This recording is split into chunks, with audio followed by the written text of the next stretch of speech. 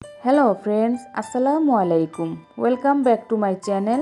আবারও আমি হাজির হয়েছি নতুন একটি রেসিপি নিয়ে। আজকে আমি খুবই সহজ এবং টেস্টি ভাঙন মাছ দিয়ে পালং শাকের একটি রেসিপি রান্না করে দেখাবো। আশা করি আমার রেসিপিটি আপনাদের ভালো লাগবে। আর যদি ভালো লেগে থাকে তাহলে অবশ্যই আমার চ্যানেলটাকে সাবস্ক্রাইব করবেন আর বন্ধুবান্ধব আত্মীয় স্বজনদের সাথে শেয়ার করবেন। তাহলে চলুন দেখে নিই কীভাবে আমি এই ভাঙন মাছটা রান্না করেছি। 4 পিস ভাঙন মাছ নিয়েছি। এবারে দিয়ে দেবো একটু হলুদের গুঁড়া আর একটু লবণ। এবারে মাছগুলোকে ভালো করে মেখে নিতে হবে। এই তো আমি মাছগুলোকে ভালো করে মেখে নিয়েছি। এবার আমি ভেজে নেব। আর এখানে নিয়েছি পালং শাক। পালং শাকগুলোকে আমি কেটে ভালো করে ধুয়ে পরিষ্কার করে নিয়েছি।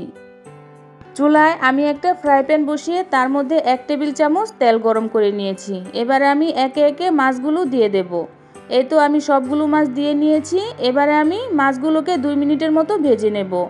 মাছগুলো 2 মিনিট ভেজে নেওয়ার পর একে একে সবগুলো মাছ উল্টে দেব। সবগুলো মাছ উল্টে দিয়ে আমি এই পাশও 2 মিনিটের মতো ভেজে নেব। মাছগুলো ভেজে নেওয়ার পর এবারে আমি একটা সাইডে নামিয়ে রাখবো। রান্নার জন্য চুলায় আমি একটা প্যান গরম করে তার মধ্যে 2 টেবিল চামচ রেগুলার অয়েল দিয়ে দেব। তেলটা গরম হয়ে এলে দিয়ে দেব 1/4 কাপ পেঁয়াজ কুচি। পেঁয়াজ কুচিগুলো হালকা ব্রাউন কালার করে ভেজে নিতে হবে। এই তো আমি পেঁয়াজ কুচিগুলো হালকা ব্রাউন কালার করে ভেজে নিয়েছি। এ পর্যায়ে দিয়ে দেব 1 টেবিল চামচ আদা রসুনের পেস্ট। এবারে আমি আদা রসুনের পেস্ট তেলের মধ্যে কিছুক্ষণ ভেজে নেব, যাতে আদা রসুনের যে কাঁচা একটি স্মেল আছে সেটা চলে যায়। এ পর্যায়ে দিয়ে দেব 1 চামচ হলুদের গুঁড়া, লাল মরিচের গুঁড়া দিয়ে দেব 1 চা চামচ, ধনিয়ার গুঁড়া 1 চা চামচ, আর দিয়ে দেব স্বাদ মতো লবণ। তারপর দিয়ে দেব একটু পানি, যাতে মশলাটা পুড়ে না যায়। এবারে মশলাটাকে ভালো করে পানির সাথে মিক্সড করে নিতে হবে। এই তো আমি মশলাটা ভালো করে মিক্সড করে নিয়েছি। এবারে কিছুক্ষণ কষিয়ে নেব। এই তো আমি মশলাটা ভালো করে কষিয়ে নিয়েছি। উপরে তেল উঠে এসেছে, দেখেই বোঝা যাচ্ছে আমার মশলাটা যে কষানো হয়ে গেছে। এ পর্যায়ে দিয়ে দেব পালং শাক। পালং শাকগুলো আমি ভালো করে কেটে ধুয়ে পরিষ্কার করে রেখেছিলাম। এবারে মশলার সাথে পালং শাকগুলো ভালো করে মিক্সড করে নিতে হবে। এই তো আমি পালং শাকগুলো ভালো করে মিক্সড করে নিয়েছি। এবার আমি কিছুক্ষণ কষিয়ে নেব। পালং শাকগুলো আমি 2-3 মিনিটের মতো কষিয়ে নিয়েছি। পালং শাক থেকে পানি উঠেছে, দেখেই বোঝা যাচ্ছে। এবার আমি অল্প একটু পানি দিয়ে দেব।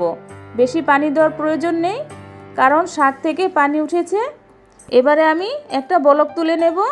এই তো বলক উঠে এসেছে। এবারে আমি যে মাছগুলো ভেজে রেখেছিলাম সেই ভাঙন মাছগুলো আমি একে একে পালং শাকের উপরে দিয়ে দেব। আরেকটা কথা, যেই শাকই রান্না করেন না কেন বেশিক্ষণ রান্না করবেন না, কারণ বেশিক্ষণ রান্না করতে গেলে শাকের কালারটা নষ্ট হয়ে যায়, তখন আর দেখতে ভালো লাগে না। এই তো আমি সবগুলো মাছ দিয়ে নিয়েছি। এবার আমি একটু হালকাভাবে নেড়ে দেব। তারপর দিয়ে দিচ্ছি 5-6টা কাঁচামরিচের ফালি। কাঁচামরিচের ফালিটা দিয়ে আমি 3-4 মিনিটের মতো ঢেকে রান্না করে নেব। ঢেকে কিছুক্ষণ রান্না করে নেওয়ার পর তরকারির ঝোলটাও কমে এসেছে। এ পর্যায়ে দিয়ে দেব 1/2 চা চামচ জিরার গুঁড়া। জিরার গুঁড়াটা দিয়ে একটু ভালো করে মিক্সড করে নিতে হবে।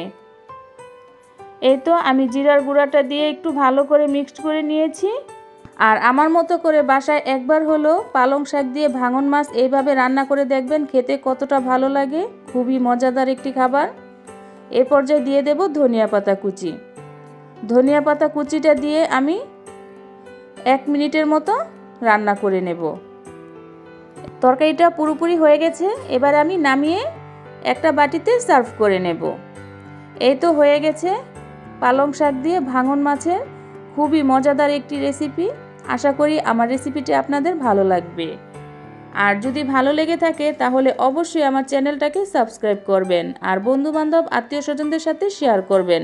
আর একবার হলো পালং শাক দিয়ে ভাঙন মাছটা বাসায় ট্রাই করে দেখবেন, খেতে কতটা মজা। তাহলে এ পর্যন্তই। আল্লাহ হাফেজ।